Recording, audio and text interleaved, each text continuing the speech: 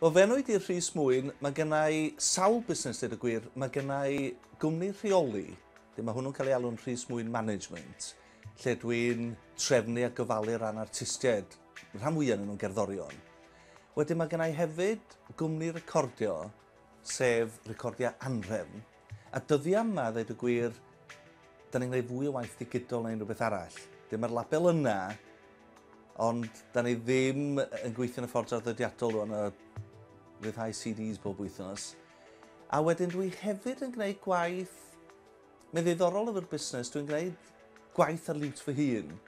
Ac yn aml iawn mae'n dweud mae Rhys Mwyn ydy'r busnes, ac dwi'n sgwennu i gylchgronau, dwi'n gwneud gwaith efo'r cyfryngau. Beth dwi'n mewn ffordd ydy hunan gyflogiedig, ond dwi'n gwneud bob math o bethau i gael cyflog. Dwi'n credu'r safbwynt dwi wedi gymryd erioed ydy allan ni fod yng Nghymru, allan ni fod yn Gogledd Cymru, diolch yn ots os diolch Llanfechell neu Caernarfon, diolch yn ots.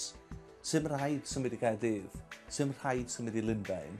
Mae'n haws efo'r we rwan allu rhywun weithio'n rhyngwladol o unrhyw le. Ond dwi'n credu bod yn bwysig bod ni'n gallu gwneud hynny, bod ni'n gallu sefydlu yn busnes yng Nghymru, neu Gogledd Cymru, ond bod yn gallu bod yn busnes yn gweithio rhyngwladol. Dwi'n symud o gwmpas trwy'r amser, dwi'n gweithio fan hyn.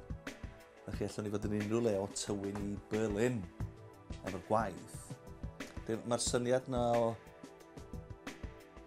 Mae'r cwmni wedi sefydlu yma yng Nghymru, ond mae allar weledigaeth fod yn un hollol rhyngwladol yna. Wel, mae'r byd wedi newid yn y 2 flynedd diwethaf yma. Yn sicr y byd cerddoriaeth, y byd pop, a mae hynny'n bennaf oherwydd technoleg a'r ffordd mae pobl yn prynu neu ddim yn prynu cerddoriaeth rwan. Mae hynny wedi golygu, mae yna nifer o bobl rwan yn y maes pop sydd wedi gorfod ail-feddwl lle maen nhw'n gwneud eu pres. Achos dwi ddim yn mynd i ddod o werthu CDs. Be dwi wedi wneud, achos mae di'n busnes bach i un person, ydy, fel mae'r ffermwyr yn dweud, arall-gyfeirio. A be mae rhywun yn ffendio mewn ffordd ydy, mae rhywun yn gorfod bod yn barod i symud, newid, ymateb, arall-gyfeirio yn yr ystyr wedyn, efallai mae yna ffyrdd eraill o wneud pres, lle mae llefydd eraill, da ni wedi arfer gweithio yn nhw'n dod i ben.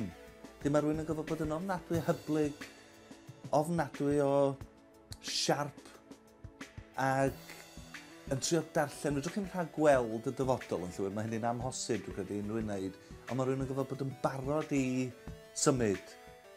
Fydda'n deud yn aml iawn pan ni'n trafod pethau fel hyn, diolch yn gymhariaeth dda mewn un ystyr, ond mae bron fel guerrilla warfare yna, da chi'n gwybod bod yn barod i symud o gwmpas y mynyddoedd. Dyna dio, a dyna'r unig ffordd yn ei ti rwan.